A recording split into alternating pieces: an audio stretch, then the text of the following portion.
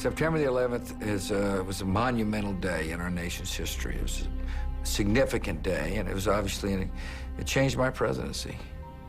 I went from being a president that was primarily focused on domestic issues to a wartime president. Something I never anticipated, nor something I ever wanted to be.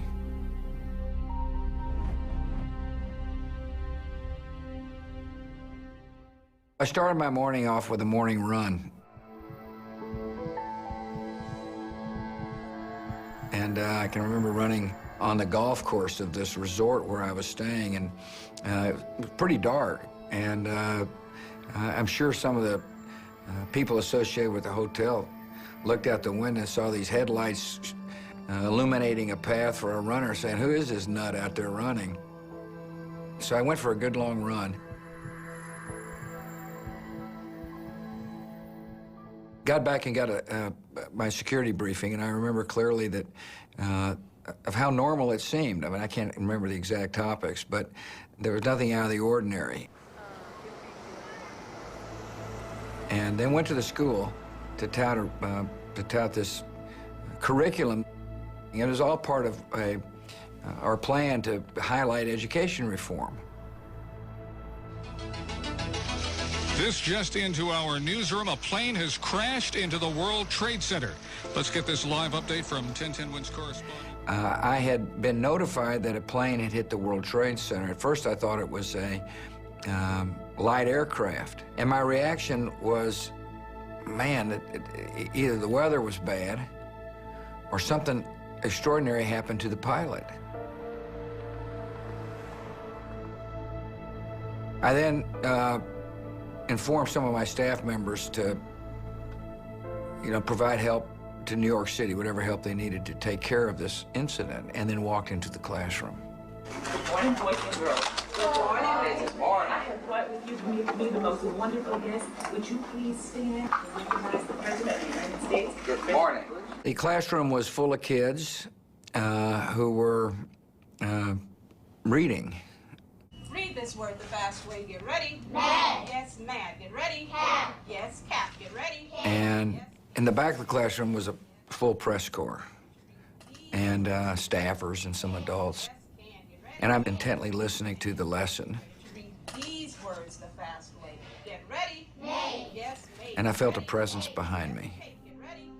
Yes, may. Get ready. And Andy Card's Massachusetts accent was whispering in my ear, "A second plane has hit the second tower. America is under attack."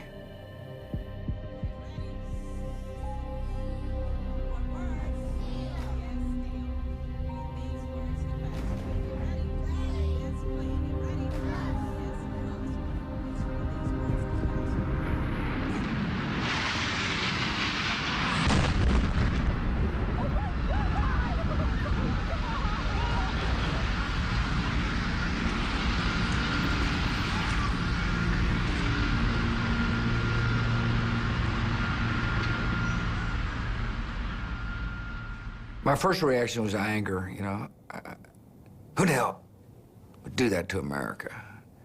And then I immediately focused on the children and the contrast between the notion of an attack and the innocence of children clarified my job, and that's to protect people. Instantly after that, the press corps started getting the calls. And it was like watching a silent movie. In the back of the room, reporters were on their cell phones. They were getting the same message I got, which meant that a lot of people would be watching my reactions to this crisis. So I made the decision not to jump up immediately. I didn't want to, and leave the classroom. I didn't want to rattle the kids. I wanted to project a sense of calm.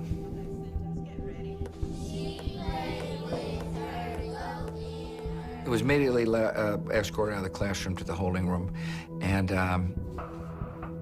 started making some phone calls and watched the footage from New York City. Major disaster in New York City this morning. Both towers of the World Trade Center have been hit by aircraft. Both are in flames. Both suffered explosions. Obviously, I was horrified like everybody else, but unlike everybody else, I had a job to do at that particular moment. I'd been in enough crises as governor to know that the first thing the leader of an organization or a state or a country's got to do is project calm. Because if the leader is not calm, it's likely many others won't be calm either. So I hastily scribbled a statement and went into a classroom full of parents who were expecting to hear the president say, "Man, what a great reading program you have," and instead heard the president say, "America's been attacked." Please ensure all cell phones and pagers are off at this time. Thank you. Thank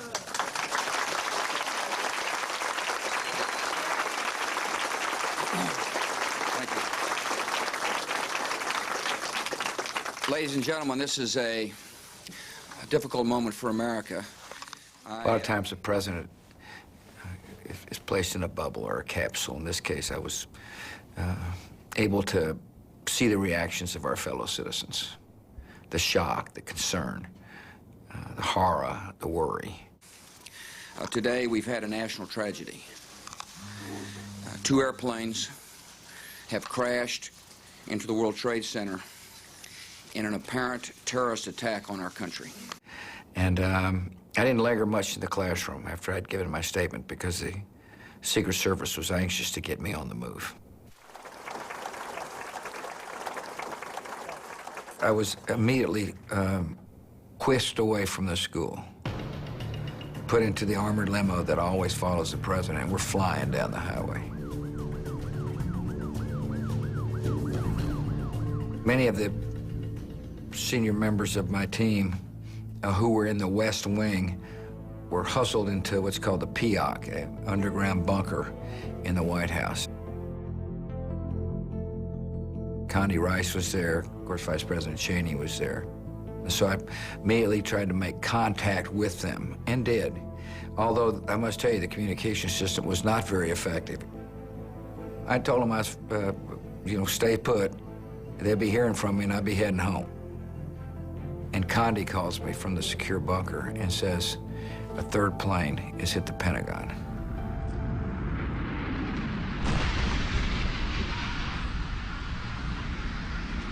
Also, there is a fire and an explosion at the Pentagon this morning. The very seat of our nation's defense apparently been targeted for another terrorist attack. I remember thinking the first one was likely an accident, the second one was an attack, and the 3rd plane was a declaration of war. Ambulances, fire equipment, and police cars all I can tell you right now, it looks like a war zone. The first task at hand was to respond to the attacks and to prevent other attacks from happening as best as we could.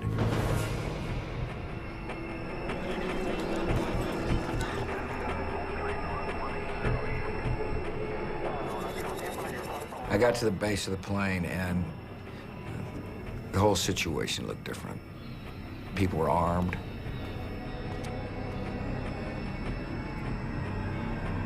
Stewardesses at the top of the stairs were sad and concerned and frightened. I remember giving them a big hug and saying, everything will be all right. And I said, let's go to Washington. I wanted to be in Washington, D.C. as the commander-in-chief at a time of war. And I needed to be, in the Capitol, making the decisions necessary to protect the homeland and recover from the initial attacks.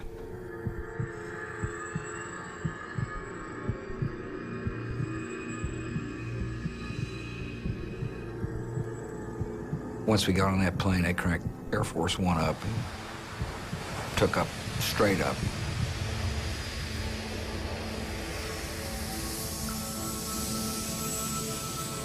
We got Air Force One over here in the Bruton sector. He's about 5 minutes from Crestview, and we don't know what he's going to do when he gets there. All right, thank you. All right. We're headed toward Washington, and I feel the plane bank.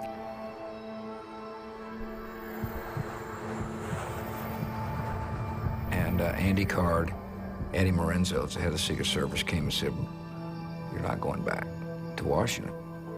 I said, what the hell are you talking about, man? I'm the President of the United States. We're going back. I need to be there.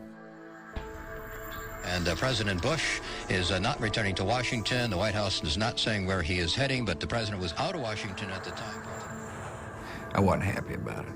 And I told him, I said, we're going to Washington.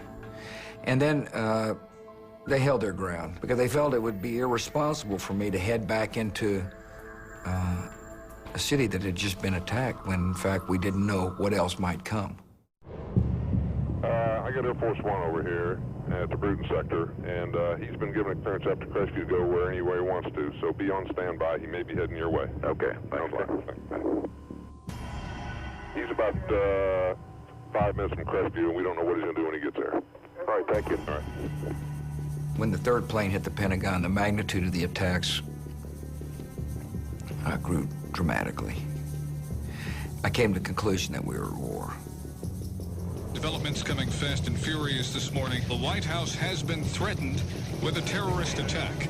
The West Wing of the White House has been evacuated as a precaution. These incidents are happening so quickly, relatively speaking, that my first focus was what can we do to stop attacks, and how are we to respond to those that happened? If I can break in for just a moment, this late word just coming in to us. The FAA has closed off all airports across the country. No takeoffs. We realized that the enemy was using commercial aircraft or aircraft to attack us. All airports nationwide shut down. And the best way at that point in time to protect our country was to force every airplane down. And therefore, any airplane left up would be viewed as potentially hostile. Not only was I having trouble communicating with people on the ground, the images of the attacks were kind of flickered back and forth on the TV. And I was very frustrated, of course. We'd be flying through these TV zones, and you'd see images of 9/11, of the incidents on 9/11. And then as we got out of the coverage, they'd die off.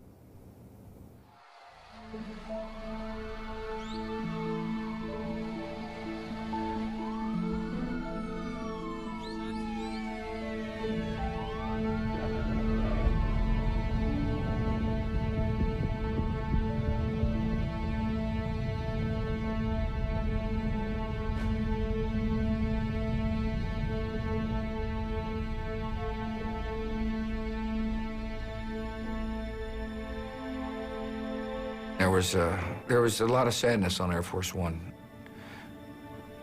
We'd seen the images of people dying, and I just knew the heartbreak that was ravaging families. The most powerless I ever felt was when I was watching people jump to their death on TV, and there's nothing I could do about it.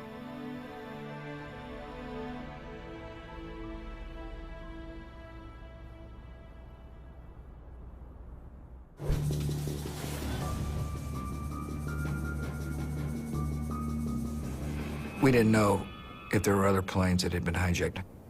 So the first decision I made on Air Force One was to give our Air Force orders to shoot down commercial aircraft that did not respond to orders to land. It would have been awfully difficult for an Air Force pilot to shoot down a commercial airliner full of our citizens, and yet that was a decision I made because I thought it's the best way to protect the country at that point in time. I was informed that the fourth plane, Flight 93, went down in a field in rural Pennsylvania, and for a moment I thought that plane might have gone down because of the order I had given.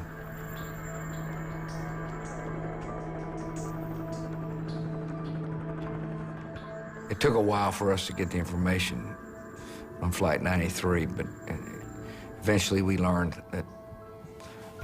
about the heroics of the passengers on that airplane. it became apparent we were facing a new kind of enemy. This is what war was like in the 21st century.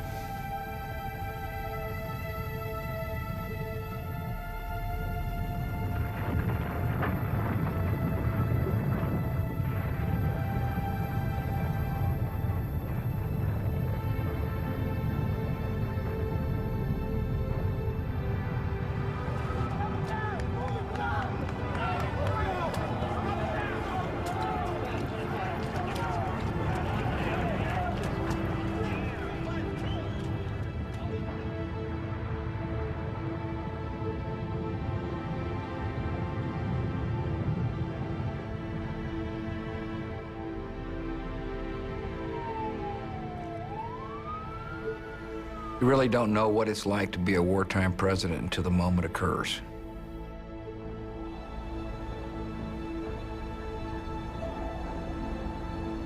I never campaigned on, please elect me, I'll be the kind of wartime chief you'll be proud of. The war came upon us unexpectedly. And at that point in time, you just deal with the issues. And there's a certain gravity, of course, that comes when you start making decisions that involve life. This wasn't one of these moments where you kind of weigh the consequences or think about the politics. You decide. And I made the decisions as best I could in the fog of war. But I was determined to protect the country, and I was determined to find out who did it and go get them.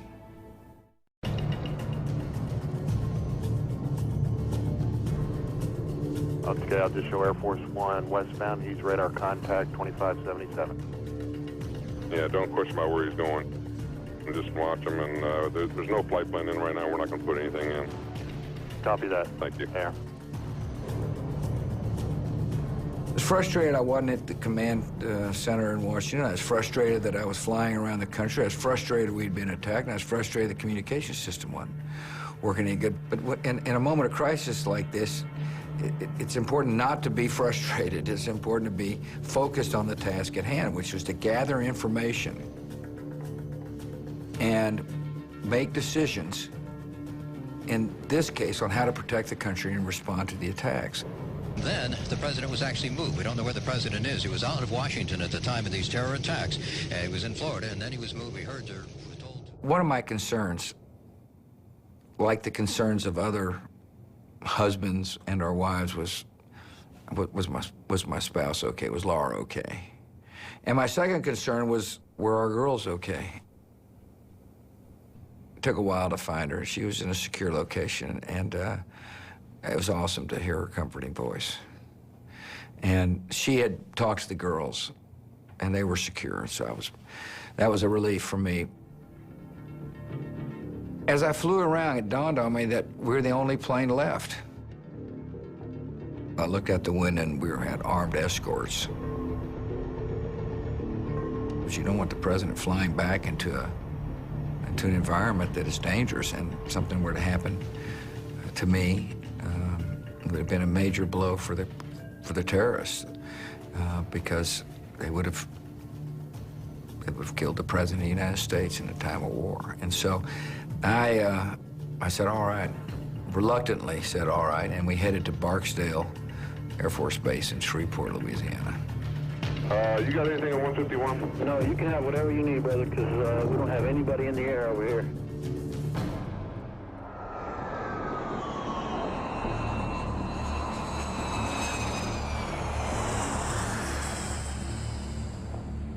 We landed at Barksdale, and it was surreal because Barksdale was in the midst of a exercise that utilized armed bombers. And so we landed on this base full of armed bombers that were being heavily guarded by, armed troops. And it was like flying in the midst of a combat zone itself. And we got in a vehicle, and the kid driving the thing is going felt like 100 miles an hour. I mean, we're bouncing along and charging along. Finally, I told the guy, I said, slow down. I mean, al-Qaeda's not here. That's about as humorous a moment as the day had. The American people are getting inundated with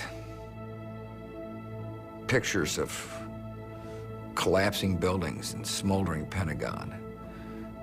People jumping to their death. There's just unspeakable horror on their TV screens, and they needed to know that the president was, one, safe, and two, along with the government, on top of the situation.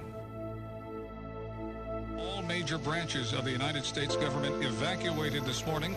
The Pentagon has been evacuated, along with the West Wing of the White House, the Capitol, all major... And the scene here is just one right out of one of those movies you would see in Hollywood. People walking around with tears, holding their heads, looking up at what's left of the World Trade Center, just shaking their heads in disbelief. The scene just of utter chaos and just wondering what happened to those folks in the Trade Center.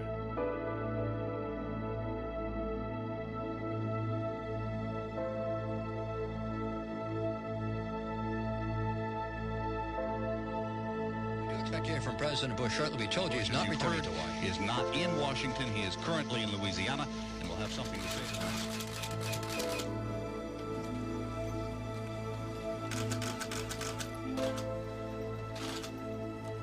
I made my statement. They refueled the airplane. We trimmed down the traveling party on Air Force One, and we're headed to Offutt Air Force Base. Freedom itself was attacked this morning by a faceless coward, and freedom will be defended. The full resources of the federal government are working to assist local authorities to save lives and to help the victims of these attacks. Our military at home and around the world is on high alert status. The resolve of our great nation is being tested. But make no mistake, we will show the world that we will pass this test. That is President Bush. Now, that, by the way, just to point out what is going on, was actually taped earlier. The president made that statement. It was videotaped. We just heard it. And then the president was actually moved. He apparently is being obviously well protected.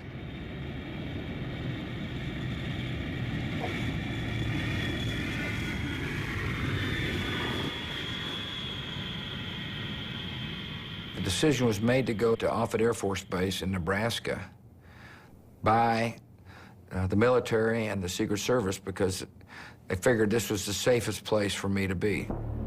Very secure bunker there. There's a lot of communications there. When we landed it in Nebraska, we got hustled off to the secure bunkers. They had a conference room in it, and I had assembled my national security team via the video conferencing tools at Offutt. And I got a report for how each department was responding to the crises.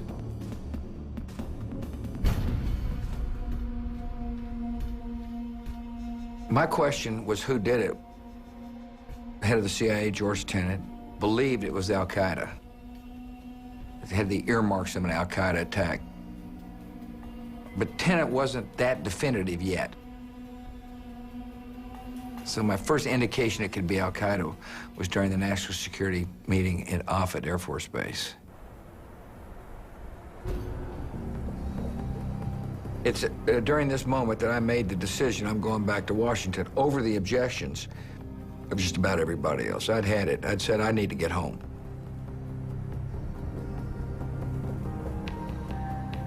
A lot had developed. It was important to wrap the day up with a presidential speech assuring people that the government was functioning and responding and that we would take the appropriate actions necessary to protect our country. And I damn sure wasn't going to give it from a bunker in Nebraska. I wanted to give it from the Oval Office. I didn't want the enemy to have the psychological victory of a president speaking from a bunker in the heartland of our country and not speaking from the Capitol that had been attacked. So I told the head of the Secret Service and others, I'm coming home. And they prepared the flight, and off we went. Washington Air Force, lower, like lower, please. Air Force 1 departing 15 for 7,000. Air Force 1, turn left at the end, contact ground point 8. Force 1 copies. We are land. There will be possibly 1 or 2 fighter-type aircraft landing on the east runway just after our arrival. Air Force 1, request approved. President Bush arrived back in Washington a few moments ago to essentially a silent city. Washington, D.C., much like the lower part of Manhattan, has been closed. As we lifted off out of Andrews Air Force Base on Marine One, I could see the smoke of the Pentagon. And I remember thinking, here I am, the Commander-in-Chief in a war zone. We'd been attacked by an enemy right here in the heart of our capital. The Marine One pilot took evasive action, flying this thing as if we are in a war zone. And we came pretty close to the Pentagon. It was an eerie sight to look down. The contrast was unbelievable between a vibrant city and a city that had been shut down because of an attack.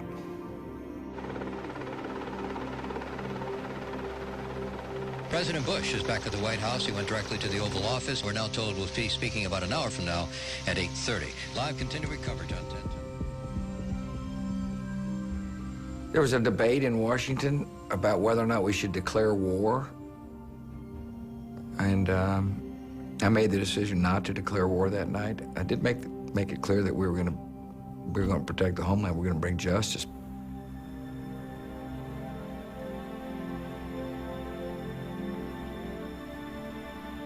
I headed back to the White House, to the PIOC. Vice President was there, and a couple of other senior staffers were there. And saw Laura. Gave the big hug, and you know, we didn't need to say a lot. The hug did all that was necessary. Good evening. Today, our fellow citizens, our way of life, our very freedom came under attack in a series of deliberate and deadly terrorist acts. These acts of mass murder were intended to frighten our nation into chaos and retreat. But they have failed. You know, I felt I needed to strike the right balance between comforting and grieving and going on the offense. The search is underway for those who are behind these evil acts. We will make no distinction between the terrorists who committed these acts and those who harbor them.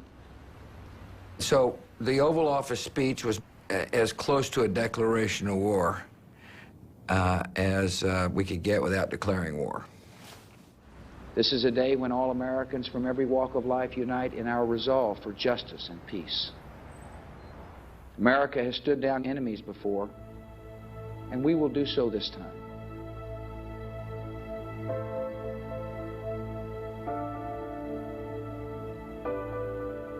I'd had a long day. I knew I needed rest, and I couldn't sleep. I was thinking about the images, thinking about what I needed to do, thinking about the day, thinking about the next day. And I heard a guy breathing heavily. And it's Mr. President. Mr. President, you gotta come now. The White House is under attack. I grabbed Laura. I grabbed Barney, the Scottish Terrier. Spot, the Springer Spaniel, follows, and off we go. Agents in front of us, agent behind us, and Laura and me. People armed with automatic weapons, and we're hustling along, and finally get back into the secure bunker. And a Air Force enlisted personnel comes walking around this console. I said, what the hell's going on? He said, oh, don't worry, Mr. President, it's one of ours. I think it was an F-16 fighter that had been protecting the Capitol, was flying back to Andrews and had the wrong transponder signal on. And so the whole system thought it was the final aircraft coming to the White House. And so a day that began in Florida with a jog ended with Laura, me, Barney, and Spot trudging back upstairs to get in our own bed and finally get some rest.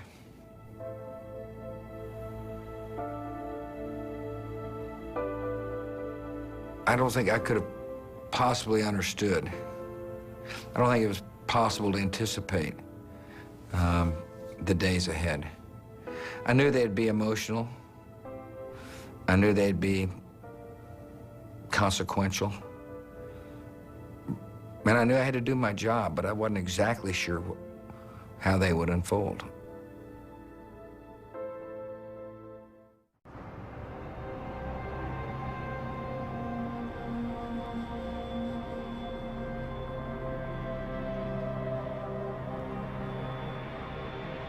On September the 12th, after recovering from the initial shock of the day, people realized that we were in a different kind of war. There's a group of thugs who used American assets to kill thousands of citizens on our own soil. That was a new reality. One of the things that changed on September the 11th is the notion that we were protected by oceans. In the past, conflict would take place in remote lands. We felt pretty secure at home. It became apparent that the shock was profound. People were afraid to go to work. People were afraid to leave their homes.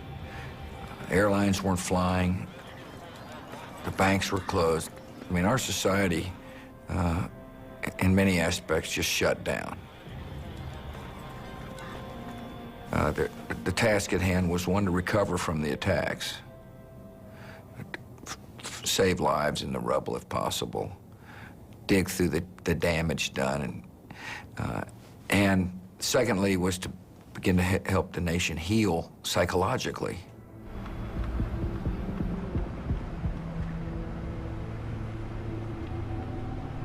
Going to the site of the death, in other words, going to the Pentagon, was part of the healing process.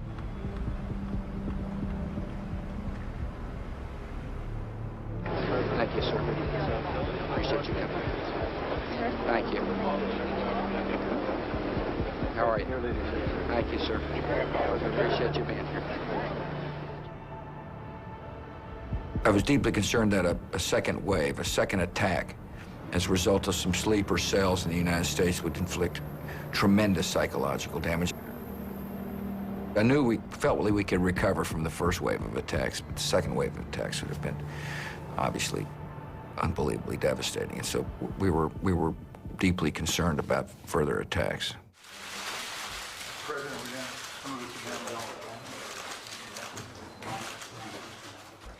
What became apparent to me is that we needed more information on al-Qaeda. It became apparent to everybody.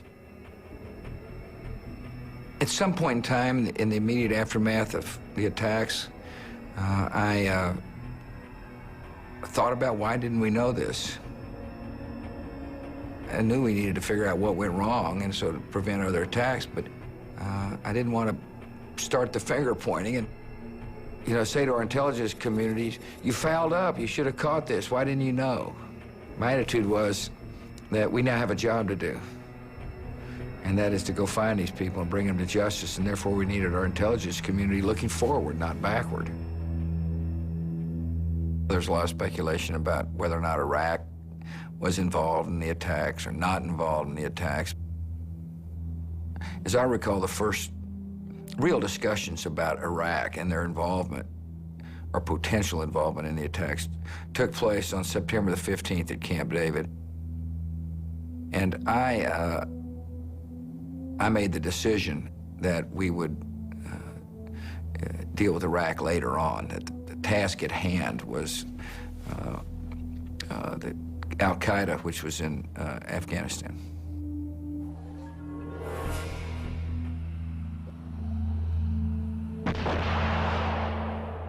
I felt it was important to go on the offense.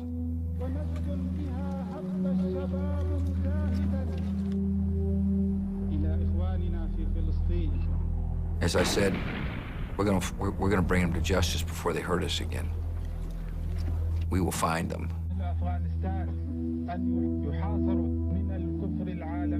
During that period of time, I uttered the rather infamous phrase, Osama bin Laden, dead or alive. People criticize me for that, even maybe some in my own household, for being a little blunt. But at that point in time, I was determined to send a message to the enemy, to our allies, and to our own country that the United States should be relentless in our pursuit of justice.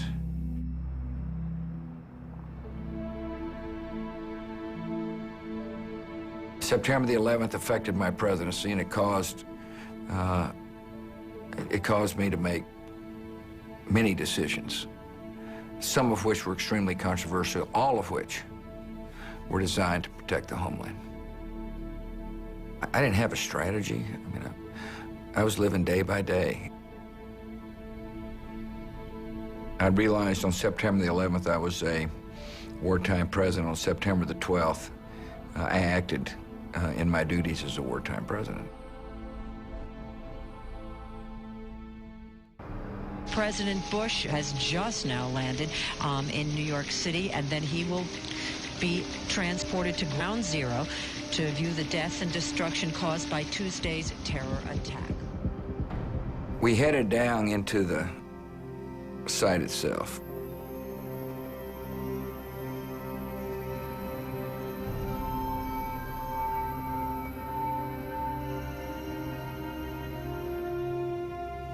The site being the place where the Twin Towers had stood.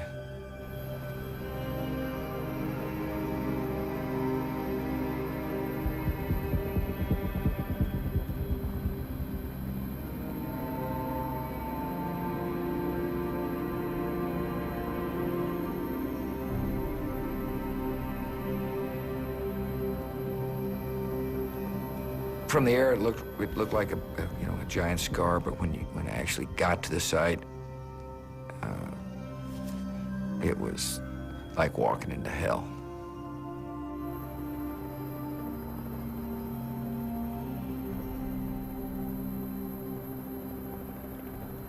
There was still smoke in the air,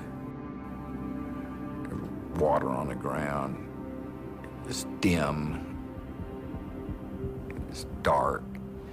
There was no light, and all your senses were on alert, and it was a ugly scene.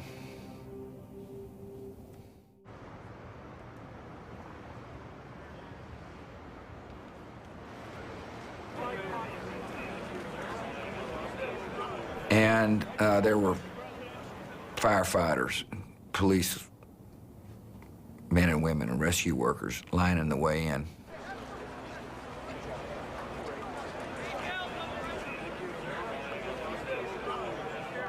I decided I was going to shake every hand.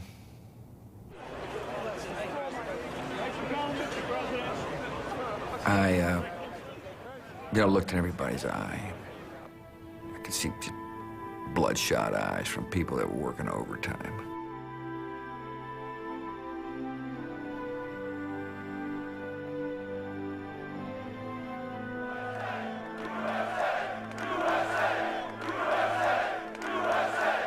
As I worked my way down, people started saying, you get them. there was a kind of a palpable bloodlust.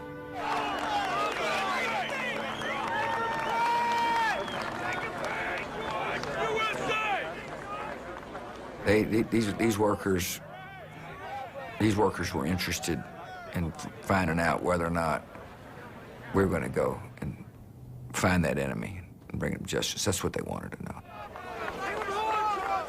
Just before I got up on this pile of rubble that turned out to be a destroyed fire truck, somebody handed me a megaphone.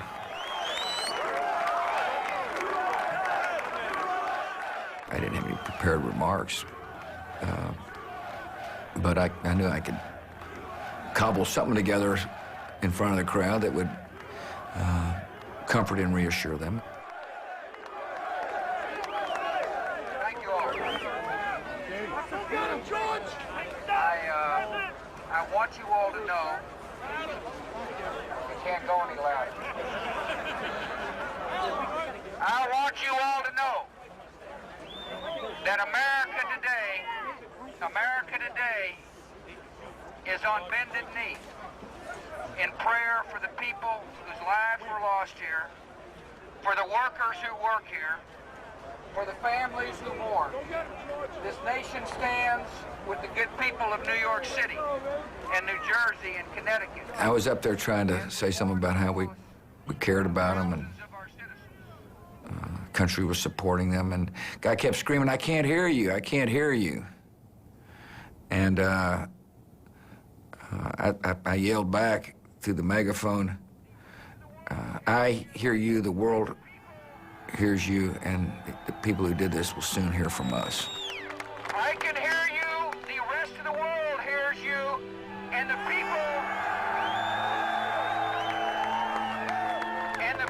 who knocked these buildings down will hear all of us soon.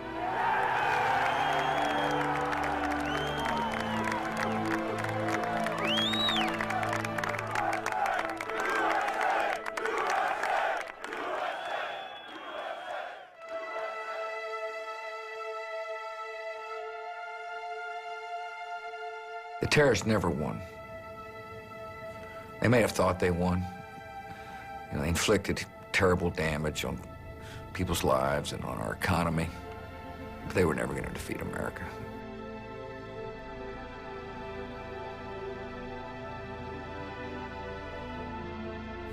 They just didn't understand us.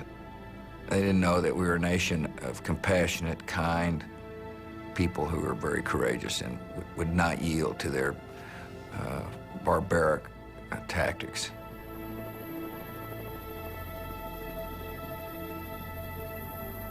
On September the 11th, thousands of our citizens lost their lives, and I vowed that day that it wasn't going to happen again.